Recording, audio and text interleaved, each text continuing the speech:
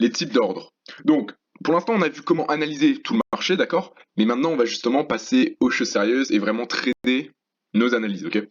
Donc, d'abord, on va juste commencer avec les types d'ordres, ok? Donc, que tu saches vite fait, parce qu'il y a plusieurs transactions que tu peux faire. La première, c'est market execution. Market execution, ok, en anglais. Euh, Tout simplement, ce que c'est que, imaginons tu veux acheter ça ou le vendre, eh ben, tu le fais maintenant et ça va être au prix auquel il est maintenant, ok? Donc, très simple. Le deuxième, c'est entry orders, donc les ordres d'entrée, d'accord? Et ça, en fait, c'est, tu mets sur ta plateforme que tu veux acheter ou vendre à un certain prix, mais qui n'est pas au prix actuel. Imaginons que tu veux vendre quand le prix arrive ici. Ça va être un ordre d'entrée. Dans les ordres d'entrée, il y a deux types. Il y a les stops et les limites. Je crois que j'en avais déjà parlé au début. Mais donc en gros, tu peux faire par exemple un buy stop ou un sell stop et un buy limit ou un sell limit. Donc ça, c'est les différences. Je crois, si je me rappelle bien, que je te l'avais déjà montré. Mais donc, buy stop, voilà, c'est quand tu mets un ordre d'entrée, donc tu veux acheter, mais pas au prix de maintenant, d'accord? Mais à un prix qui est plus haut, mais tu veux acheter. Donc l'ordre est placé plus haut que le prix et tu veux que le prix continue. Donc par exemple ici, si je voulais acheter à 69 800, disons, d'accord? Et je voulais le mettre maintenant, l'ordre, donc ça serait un buy stop, ok? Sell stop, c'est la même chose en fait, mais inversé, ok? T'as juste à prendre ça et genre tourner ta tête, tu vois ce que je veux dire? Donc sell stop, pareil, c'est que tu vends et tu veux que ça touche et que ça continue. Et les limites, voilà, c'est ça le truc, c'est que là par exemple, si tu voulais shorter ici, en fait, tu veux que ça monte, que ça tout juste touche ton ordre et que ça retourne en arrière. Donc ça, c'est une limite. Donc là, voilà. Juste, il faut que tu saches parce que quand tu vas être sur ta plateforme, donc là, je te montre ici, parce que c'est un peu compliqué pour moi de changer d'application, tout ça, en faisant la vidéo. Mais tout simplement, quand tu es sur 4, ok, soit sur ton téléphone, soit sur ton ordi, tu vas, imaginons sur Aussie Dollar, imaginons Aussie Dollar que tu veux shorter à 0,70, faisons simple, ok? Donc qui est à cette ligne, tu veux que le prix monte, que ça touche, et voilà. Donc là, quel ordre d'entrée tu vas mettre? Tu vas mettre un sell limit, ok? Donc tout simplement, tu vas aller sur MetaTrader 4, ok? Et tu vas aller dans, donc sur MetaTrader 4, tu vas aller au niveau du, pour trader.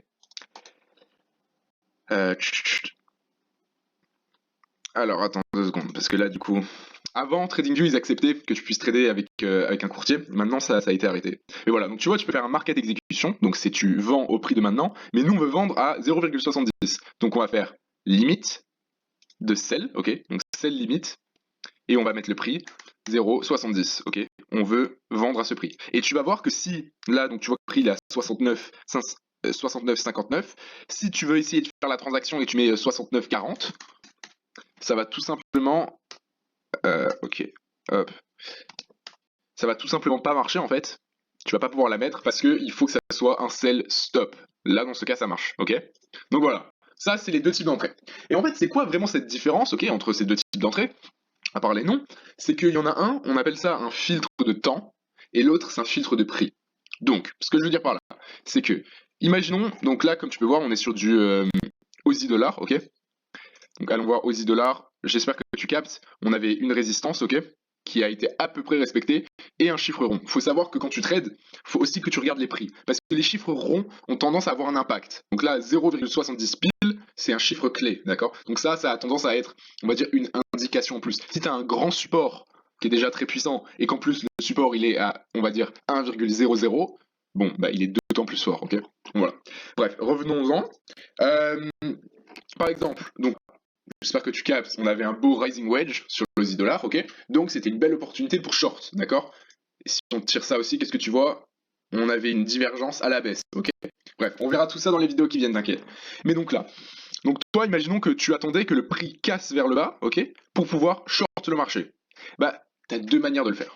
Soit tu attends que le marché casse, et que tu attends que ça soit confirmé, ok? Parce que comme tu sais, s'il y a juste un wick comme ça qui dépasse, mais que le corps de la bougie, il n'est pas sorti, enfin il n'a pas fermé dehors, c'est pas vraiment un break, tu vois ce que je veux dire? Ça n'a pas vraiment cassé la ligne. Donc soit tu attends qu'il y ait quelque chose comme ça, d'accord? De vraiment propre, une cassure qui arrive, et puis à ce moment-là, tu peux aller shorter le marché, ok? C'est ta confirmation, tu shortes le marché, tu mets ton stop loss, ton target, pareil, ça on va le voir dans ce chapitre, les stop loss et les targets. Donc voilà, tu prends ta position, donc très bien. Mais, comme tu peux voir, ça c'était à 1h du matin, entre 1h et 3h du matin. Donc, bah, sauf si tu dors pas à 3 heures du matin, sûrement tu vas dormir, tu vois ce que je veux dire? Donc, soit tu aurais pu donc vouloir attendre une fermeture du marché pour rentrer, mais auquel cas tu aurais sûrement raté ce trade, d'accord? Parce que tu dormais. Ou alors, quand le prix était, on va dire, on va faire un retour en arrière, quand le prix était ici, oula, euh, alors attends, je les remets. Voilà, alors quand c'était comme ça, tu pourrais très bien te dire, bon, si pendant la nuit le prix casse, je veux mettre un ordre d'entrée à, tu vois ici là le prix, 69, on va dire sous ce petit support là, ok? Donc ici peut-être 69, 970 on va dire. Donc là tu allais mettre un ordre d'entrée. Tu mets quoi comme type d'ordre d'entrée? Un sell stop, d'accord? Donc là tu vas mettre un sell stop qui est ici. Donc imaginons on le met avec cette ligne, ok? Là tu mets ton sell stop avec ton stop loss au-dessus des hauts, d'accord, et ton target, je sais pas. Et donc là, au fur et à mesure de la nuit, même si tu dormais, ok, ce qui se passe, c'est que ici, tu aurais été, ta position aurait été ouverte à 2 heures du matin, ok, donc tu serais en train de dormir, mais vu que tu avais un ordre d'entrée, c'est ce que tu te serais réveillé à, on va dire 9 heures, ok, tu te serais réveillé, ça serait toujours à ton prix d'entrée à peu près. Et voilà, et au fur et à mesure de la journée, ça serait allé dans ton sens. Donc ça, c'est un filtre de prix et ne pas un filtre de temps. Quand tu attends que ça casse, c'est un filtre de temps. Alors que ça, si tu mets un ordre d'entrée, ça va être évidemment un filtre de prix. Alors après, ce qu'il faut que tu saches, c'est que il y a des inconvénients dans les deux. Si tu utilises principalement un filtre de temps, c'est-à-dire que tu attends que la bougie ferme, ce qui peut arriver, c'est que tu vas rater des gros mouvements, ok? Imaginons, je vais te montrer ça. Euh, peut-être sur une heure. Voilà, je sais pas. Imaginons tu voyais ce niveau. Alors, le prends pas littéralement, d'accord, c'est juste pour te donner un exemple comme ça. Ce niveau, il est pas particulièrement beau, d'accord. Et voilà, donc là tu vois une résistance, support, support, support, et que là du coup tu veux attendre une confirmation. Sauf qu'imaginons tu l'avais dessiné comme ça, ok. Donc là, tu serais pas rentré parce que toi, ce que tu veux, c'est une bougie qui ferme dessous pour pouvoir rentrer.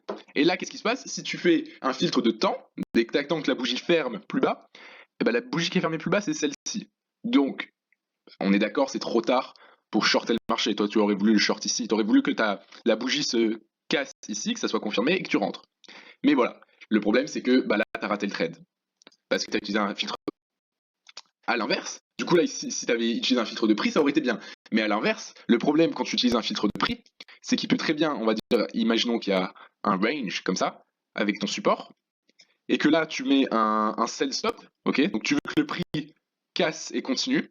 Ce qui pourrait très bien se passer, c'est que ici, va y avoir une bougie qui va ressembler à ça, avec le corps et le wick qui fait ça. Ça veut dire que tu as quand même été débité à ce prix-là. Sauf qu'en fait, bah, tout simplement, juste ça continue, tu vois. C'est juste qu'il est allé un petit peu plus loin et il t'a pris ton entrée, et puis après, il va direct à ton stop loss, et boum, t'as perdu ton argent très rapidement. Ok? Donc, tu vois ce qu'il y a. Mais au contraire, ici, tu vois que ça aurait mieux marché parce que tu n'aurais pas raté le trade. Ok? Donc, ça, c'est les différences entre les filtres de temps et les filtres de prix. Après, je vais te dire d'expérience personnelle. Quand je trade un time frame qui est plus haut, en fait, plus le time frame est haut, plus je vais m'autoriser à utiliser des filtres de temps, d'accord? Donc imagine que je suis sur un daily, ok? Je peux utiliser un filtre de temps, tout simplement parce que les mouvements sont pas aussi abusés. Ça, c'était le crash de début d'année, d'accord? Qui a été causé par... en fait, il y a eu une accumulation d'algorithmes qui a causé un mouvement un pic, en gros, sur la plupart des marchés. Enfin bref. Tu vois ce que je veux dire? Sur le daily, vu que c'est un gros time frame, les mouvements sont pas très, on va dire, violents, ils n'arrivent pas aussi vite. Alors que, donc là, je vais plutôt attendre une confirmation d'un candlestick, tu vois. Vraiment, là, le prix a été cassé, le corps de la bougie a cassé la structure, je rentre en short, ok, par exemple ici. Alors que si je vais trader, imaginons sur du 15 minutes, donc bah déjà, ça veut dire qu'il faut que tu sois plus devant tes écrans, d'accord? Mais si je vais trader sur du 15 minutes, imaginons, tu vois là le petit double bottom, hop, et là c'est remonté. Bah ici, vu que le time frame est très petit, d'accord? Comme tu vois, sur du 15 minutes, il y a des mouvements très violents. Donc par exemple comme lui, tu vois? Ce genre de mouvement, bah tu peux pas utiliser un filtre de prix, d'accord? Ça, tu peux pas utiliser un filtre de de temps, pardon. Tu peux pas utiliser un filtre de temps sur ça, ni sur ça. Tu vois ce que je veux dire? Du coup, dans cette occasion-là, sur du 15 minutes, j'aurais plus tendance à mettre un filtre de prix. Donc littéralement ici, je mettrais quoi comme ordre? Un buy stop, d'accord? La plupart du temps, j'utilise des stops, d'accord? Plutôt qu'un buy limit. Parce que le problème, c'est que ici, j'avais mis un buy limit. Bah, en vrai, tu espères un petit peu que le prix s'arrête là. Tu vois ce que je veux dire? Et le problème avec les buy limit, en fait, c'est que souvent, ce qui peut arriver, c'est que, imaginons là, t'avais un petit. Regardons-le comme ça. Imaginons ici, t'avais ton petit support quand le prix était là. On va faire un replay. Comme ça. Imaginons que toi tu vois ça. Alors, je sais pas pourquoi ça bouge, mais bon bref. Imaginons que toi tu voyais ça. Tu voyais cette résistance, pardon. Boum, ça a été rejeté. Boum, ça a été rejeté. Et là tu décides quoi? Tu décides de mettre un sell limite. Ok? Un sell limite ici. Donc dès que le prix atteint ce prix-là, ça va vendre automatiquement. Tu mets ton stop loss, j'en sais rien, moi, ici. Ton target là. Et là, qu'est-ce qui se passe? On va voir. Donc boum, là déjà, t'es en vente, d'accord? Ton ordre a été filled, comme on dit, il a été rempli. Et là, qu'est-ce qui se passe? Boum, direct, tu perds ton argent. Ok? Le truc, il est même pas allé dans ton sens. Pourquoi? Parce qu'en fait, il s'est pas du tout arrêté à ce niveau-là. C'est juste que toi, t'as mis une entrée là et t'as espéré. Alors que si tu mets, on va dire, un sell stop au lieu d'un sell limite sous ça, d'accord? Qui serait, on va dire, une petite. Tu vois qu'il y a une petite zone de support ici. D'accord? Le marché a eu du mal à dépasser ce moment-là. Et ben, ça veut dire que si le prix retourne ici et casse cette zone, il y a plus de chances qu'il continue. Tu vois ce que je veux dire? Alors que là, si tu mets un buy limit ou un sell limit, t'es un peu dans l'espérance. Tu vois, tu espères que ça se retourne au moment où tu as mis ton entrée. Donc voilà, donc ça c'est mon expérience personnelle avec les différents types d'ordres. Et voilà, comme je te dis, les filtres de temps, tu vas plus les utiliser sur du long terme. Et les filtres de prix, vaut mieux les utiliser quand tu vas trader du plus court terme, sinon tu vas rater énormément d'opportunités, d'accord? Ça m'est arrivé énormément de fois. Par exemple, tu vois un magnifique Head and Shoulders, d'accord, qui est comme ça. Toi, tu attends qu'il y ait une candle qui casse proprement. Et là, le prix fait juste boum, ultra sec. Et ben, je t'ai fait baiser, quoi. T'avais un magnifique trade et tu l'as juste pas pris. Alors que si t'avais ton ordre d'entrée, boum, même s'il y avait une news, ça l'aurait quand même pris en compte, tu vois. Donc voilà. Donc, toute petite aparté, d'accord. Je t'ai montré donc les différents types d'ordres. Donc, il y a la market exécution et après, il y a les ordres d'entrée. Je te l'ai montré sur l'ordi, sur TradingView, d'accord, parce que c'était plus simple. Mais je me suis dit que j'allais te montrer directement aussi sur MetaTrader 4, sur le téléphone. Comme je t'ai dit, ce qu'on va souvent avoir tendance à faire, c'est faire toute notre analyse, tout ça sur l'ordi, ok, parce qu'il faut être sérieux sur ça. Mais au moment donné où tu sais que tu veux rentrer sur le trade, bah, que tu le fasses sur le logiciel MetaTrader 4 sur l'ordi ou sur téléphone, ça revient absolument au même, ok. Donc, on va voir ça. Donc, déjà, là, sur MetaTrader 4, avec le petit logo qui est en haut à droite, tu peux cliquer dessus et rajouter des paires Forex, d'accord, tout simplement, si c'est celle que tu veux trader. Donc imaginons qu'on veut ouvrir une position sur Aussie Dollar, donc tu vas cliquer sur Aussie Dollar, tu peux regarder le graphique ici, et puis après tu peux tout simplement cliquer sur Trade. Donc comme tu vois, une fois qu'on est dans Trade, en haut tu peux choisir, donc quand tu cliques, tu as le choix entre Market Execution, donc ça c'est quand on ouvre position au prix actuel, ou alors un Buy Limit, Sell Limit, Buy Stop ou Sell Stop, ok, ça on l'a bien vu.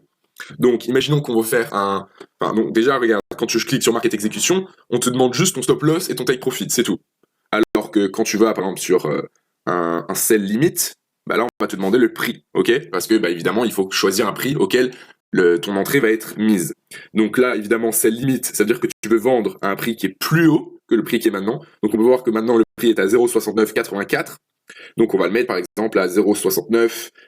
90, ok? Et comme tu vois, là, ça devient bleu, on peut le faire. Alors que si on avait mis 0,69, 70, c'est toujours gris, tu peux pas cliquer, ok? Donc voilà, évidemment, ça c'est ça. Et puis après, ici, tu peux choisir ta taille de position, la modifier. Et ça, au fur et à mesure de la formation, je vais vraiment te montrer comment le calculer pour que ça soit optimal, d'accord?